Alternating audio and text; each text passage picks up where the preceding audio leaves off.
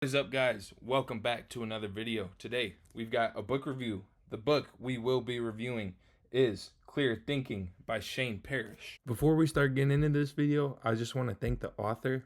I do a good job of putting a lot of the stuff that I learned into my own words, but this book gave me so many ideas. And I'm gonna have 25 clips to take from this video and put on a TikTok. Also, I want you to know how long this took me, bro. I started filming at 3 o'clock in the afternoon, and then I went till 5. Then I had to go to work, came back here, started filming again at about 11. It's 2:31 right now. But this video is going to be jam-packed of information, so I think it's worth it. Before I forget, let me actually give this book a rating. I'm going to give it a 9.9. It was actually the best one I've read so far. The only reason it doesn't get a 10 is because the only book I'm going to give a 10 is the Bible. So the general premise of this book is every day we make a ton of decisions, right? And most of the time we don't really think of them as a decision because we're just choosing to do what we normally do. And as humans, we have a lot of defaults that steer us off the path of making a clear, concise, thoughtful decision. But by implementing safeguards and rules for ourselves, we can make sure that we're making decisions and making good ones. And by making these good decisions, we will steer ourselves onto the path to our ultimate goal. Chapter 1.1 is thinking badly or not thinking at all. So as humans, we're blessed with the gift of rationality, right? The ability to stop and think for a second and make a clear, concise decision. Between a stimulus and a response, there's two options that you have. Option one is to pause for a second, think about it, and apply reason, then act. Option two is to react and act right away. When you react, you're executing a default behavior. For an example, when someone insults you, the default behavior is to insult them right back. But there's a huge advantage in using your energy to make a clear, concise decision rather than to react. And most of the time when you react, you're going to make a mistake. Then you're using your energy to fix your mistake. And when we make this mistake, we beat ourselves up and you say, what were you thinking? You weren't thinking in the first place. That's the problem. That's a huge problem that I've had in my life. I kind of would just do whatever felt right in the moment. And then when it went wrong, I'd be like, well, I wasn't thinking in the first place, so I can't even be mad about it. We have the tendency to defend our territory, whether that be our property, our family, our beliefs. We also organize the world into a hierarchy, right? When someone cuts us off in traffic, we think, oh, they must be in a rush. They must think they're more important than I am. We're also self-preserving. In a them versus me situation, we're always going to choose ourselves first. So there's 4 main defaults that we have: emotion, ego, inertia, and social. So let's start with the emotion default. Emotion default is responding to feeling rather than reason or fact. When you start letting your emotions get into your thought process, you're not thinking clearly at all. Let me tell you a story. A few weeks ago, I met a lady, right? She talked to me first, so I'm thinking, I got this in the bag. In the moment, I thought I really liked her. We held a lot of the same beliefs. We were both Catholic. We both said we were over the casual sex. We said the next person that we want to be with was going to be the last person that we were going to be with. And we had a date planned for later in the week, but she ended up flaking. But then she invited me over at 1:30 in the morning. And I was super confused, and I was thinking with my emotions. I was like, how did I end up fumbling the girl that wanted me first? But then I removed my emotions from my brain and I started thinking about it rationally. I was like, wait a second. Bro, I'm the woman in this situation. She talked to me first. And she was probably just mirroring what I was saying to try to get me. She probably just wanted the Johnson.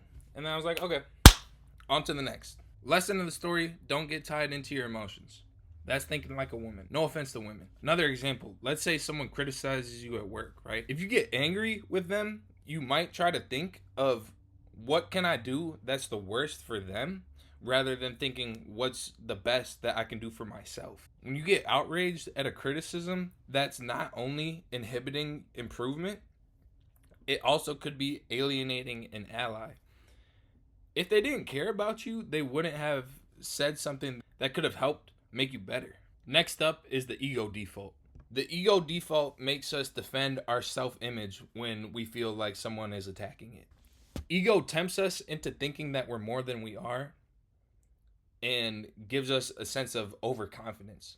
And the problem with confidence is it doesn't make the bad outcomes more unlikely, it just blinds us to the risk of them. When we feel like someone steps on our image, the ego hops into the driver's seat. You're more concerned with the appearance of being great rather than actually being great. The ego also shifts our view of the world, and we look at the world for how it should be rather than how it actually is. The ego prioritizes feeling right over actually being right. And the problem with this is when we want to feel right, we prioritize proving our point to other people. You feel like you always need to win an argument. When the ego is in charge, you spend too much energy on how you're seen. You have a difficulty admitting your mistakes. And you have a hard time saying, I don't know. You feel like you always need to be knowledgeable in everything. And it's okay to not know something. Next up, we got the social default. The social default is conforming to the norms of a social group. You follow an idea or a behavior just because that's what you see everyone else doing before you even stop to think, is this the right thing to be doing? The reason we do this as humans is because you get the rewards for fitting in with the group way before you get the rewards of going against the grain. I want you to imagine a team of people all digging holes, right? But they're digging with their hands. The only way you're going to beat those people is if you dig faster. Now think of this. You leave your hole and you go work on inventing the shovel. The other people who are digging with their hands are going to be thinking, bro, this guy's not going to finish his hole this day. But then you come back with the shovel and you change up the whole game. You were thinking outside the box. And the reason people don't think outside the box a lot is because they have a fear of failure. The fear of failure kills these good ideas before they can even be fairly evaluated. Some signs of acting according to the social default are spending energy to fit into a crowd, fear of disappointing others, and fear of being an outsider. Last up, we have the inertia default. The inertia default is we're habit forming and we seek comfort. It's comfortable to keep doing the same thing, even if it's bad for you. Keeping things the way they are requires little to no effort. And the longer it takes us to change something that we know we need to change, the harder it's going to be. Some signs that we're acting according to this inertia default: we resist change, we keep new ideas in the back of our head rather than actually trying them out, and we continue with the status quo or autopilot. This is something that I really struggle with. I'm a very big routine guy. I like to wake up around the same time, eat the same thing for breakfast, go to the gym around the same time, do. You get what I'm saying? And that's good. It is good to have a routine, but then you get stuck in the same cycle. It's good to mix it up once in a while to change the flavor of your day, basically. A good example of this is when you're like, bro, I need to lock in. And then a week passes by and you don't lock in. Then another week passes by and you're like, okay, I'm going to lock in next week. And then another week passes by. You need to stop that cycle and lock in right now, today. The second part of this book is building strength. Strength is the power to keep your defaults from being in the driver's seat, and it helps you execute good judgment.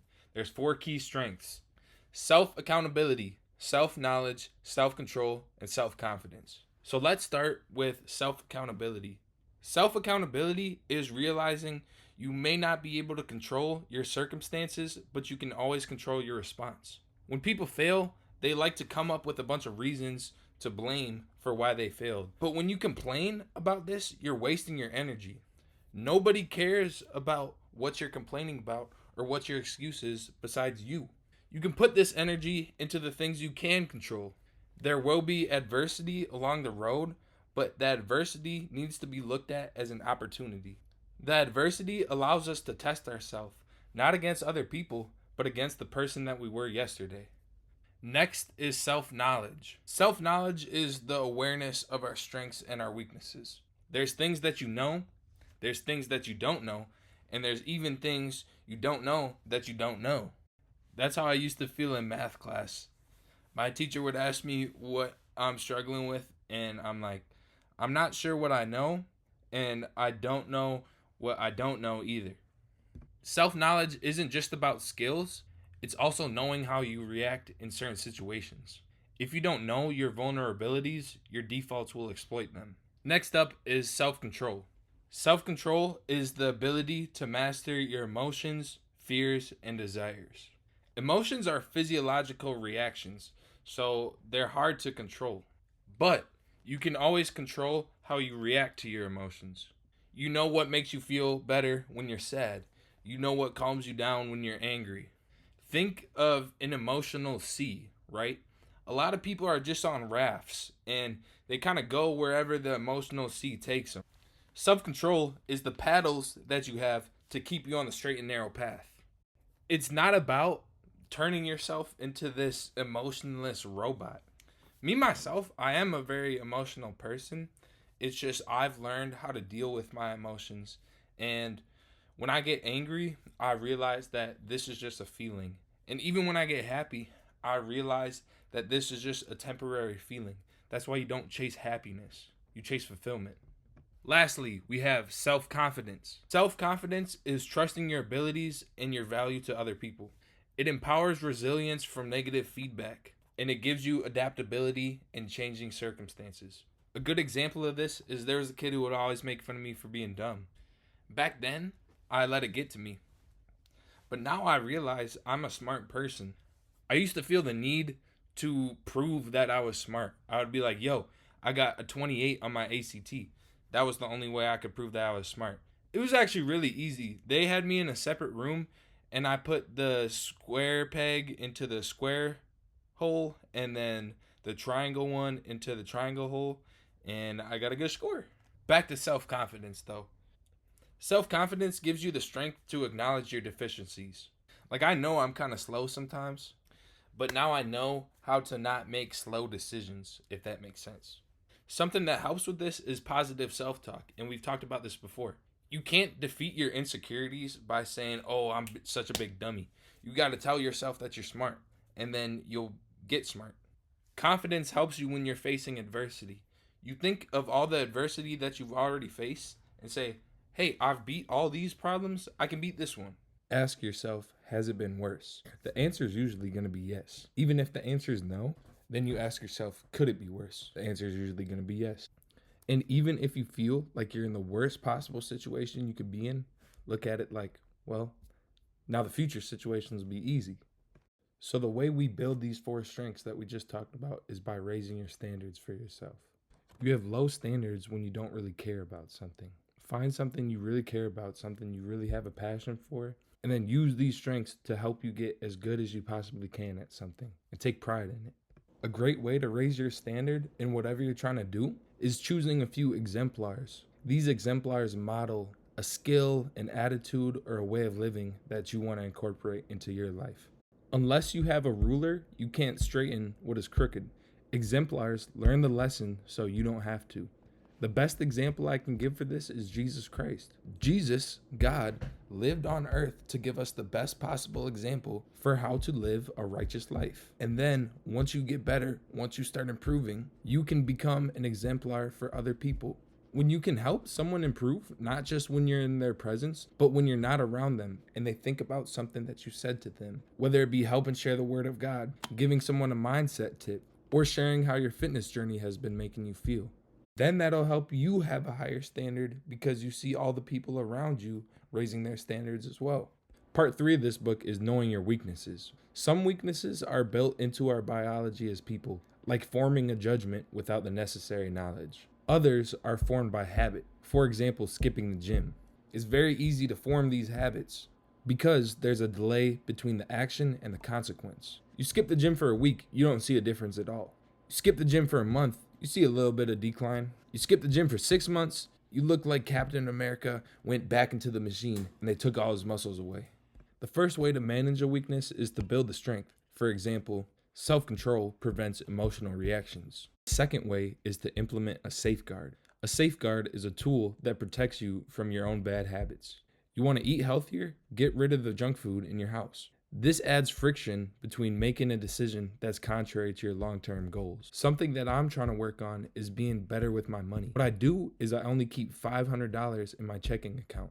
This adds friction because then I have to transfer the money from my savings account to my checkings. Friction is just one safeguard strategy. Another is prevention. You avoid problems before they happen. A good example of this is the HALT method in Alcoholics Anonymous. When they think of drinking, they think, am I hungry, angry, lonely, or tired? And then if they are, they don't drink. Another strategy is setting automatic rules for success. I know soda is bad for me, so I only drink it at my grandma's house, and it's diet soda. So yeah, maybe the artificial sweeteners are bad.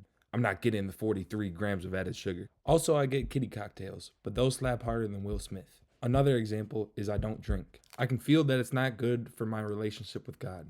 One time, I ended up being hungover in church. It was very hard to feel God's presence. So I don't drink, not on the weekends, not on special occasions. I just don't. If I end up being in a bar, I just get a kitty cocktail. And most of the time, they're free. Still maybe give like a $2 tip since they made it.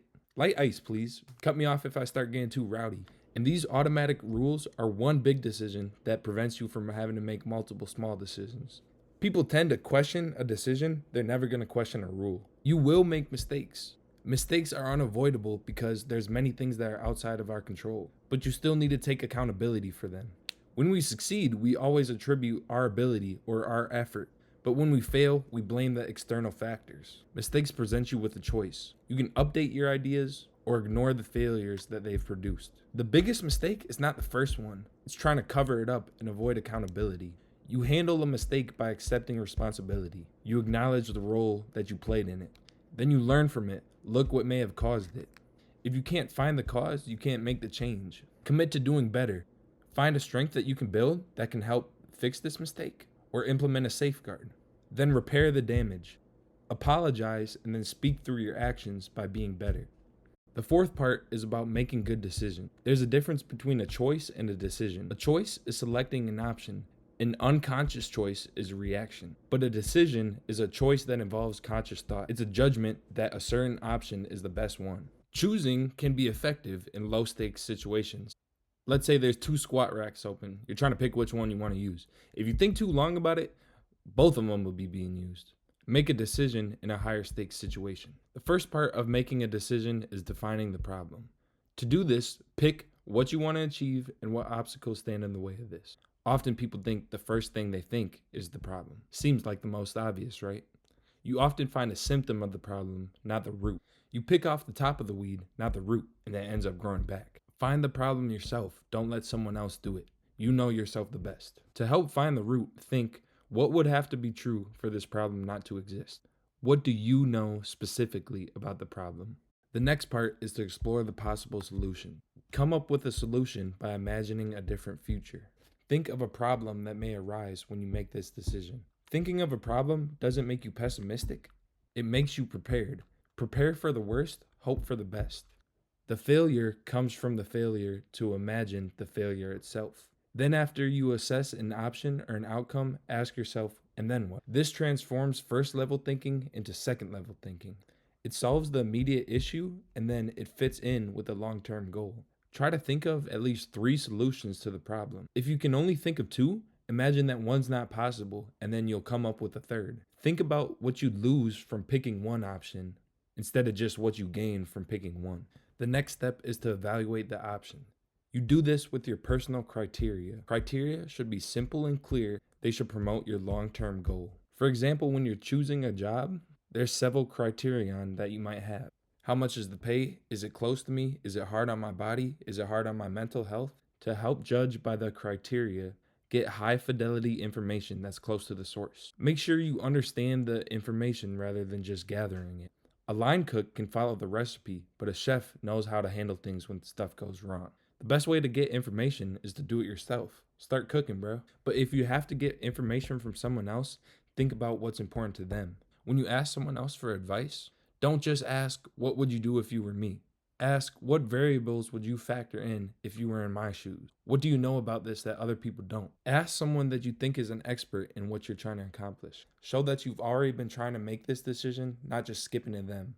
Be clear as to what you need from them. Do you want them to review your plan? Refer you to someone who had a similar problem? Don't ask them what they think, ask them how they think. The last step is to do it. There's no point of knowing what you should do and then not executing it.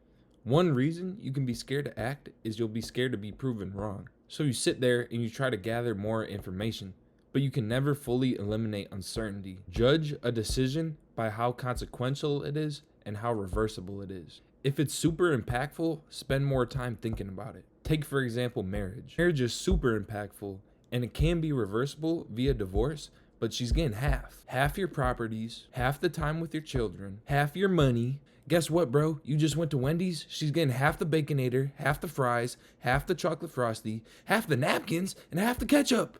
If the cost to undo a decision is low, make it as soon as possible. If the cost is high, take as long as possible and really think it through. Make a decision whenever you stop gathering valuable information, you lose an opportunity, or you find something that makes it clear what you should choose. The final part of this book is wanting what matters. If you know how to get what you want, is it even valuable if you don't get what really matters? Our worst regret is when we fail to live true to ourselves. The default set us up for regret. The social default makes us adopt the goals of other people. The inertia default makes us pursue goals from our past, even if they don't really fulfill us. The emotion default makes us chase temporary happiness. The ego default makes us chase status, wealth, and power. The quality of what you pursue determines the quality of your life. A lot of people are happy when people. They're happy when they get that car, when they get that chain. They lose the perspective of knowing that they were fine before they had that item. Think about the stuff you wanted when you were young. It seems silly now. When I was a kid, you have no idea how bad I wanted a real lightsaber. It's because you gained wisdom.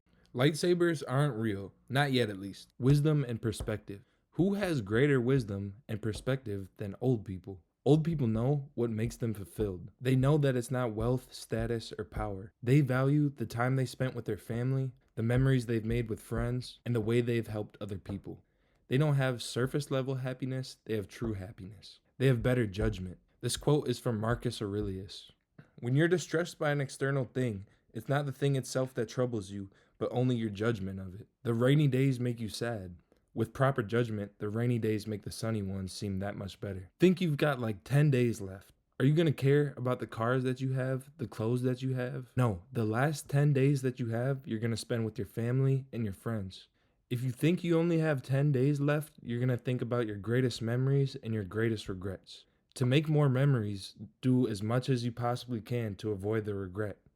Try everything you can. For me, with the history of the health of the men in my family, it's really uncertain how much time I have on this earth. So I'm going to make sure that I try everything I can and give my full effort into it. I don't care if I fail. The pain of failure is way less than the pain of regret. So I need to make sure that everything I do is moving me towards my ultimate goal. My ultimate goal here on this earth is to become the best father and the best husband I possibly can be. I'm going to make sure that I learn as many lessons and gain as much wisdom so I can pass that on to my kids. The ultimate goal as a Catholic is to make it to heaven, and the afterlife is eternal. So when I think about my time here on earth, you can't put infinity in a fraction. So the time I spend here on earth is just a little drop in the ocean of my existence in this universe. You only get one life, so I need to make sure that I get the most out of it. I'm not going to chase temporary happiness because that is only a moment of this moment here on earth. All of the sins that would keep me out of heaven only make you feel good in the moment. I need to do everything that I can to serve my Creator. Thank you guys for watching this video. I hope you liked it. I hope you can take something from this video and apply it to your life. Stay jiggy, guys.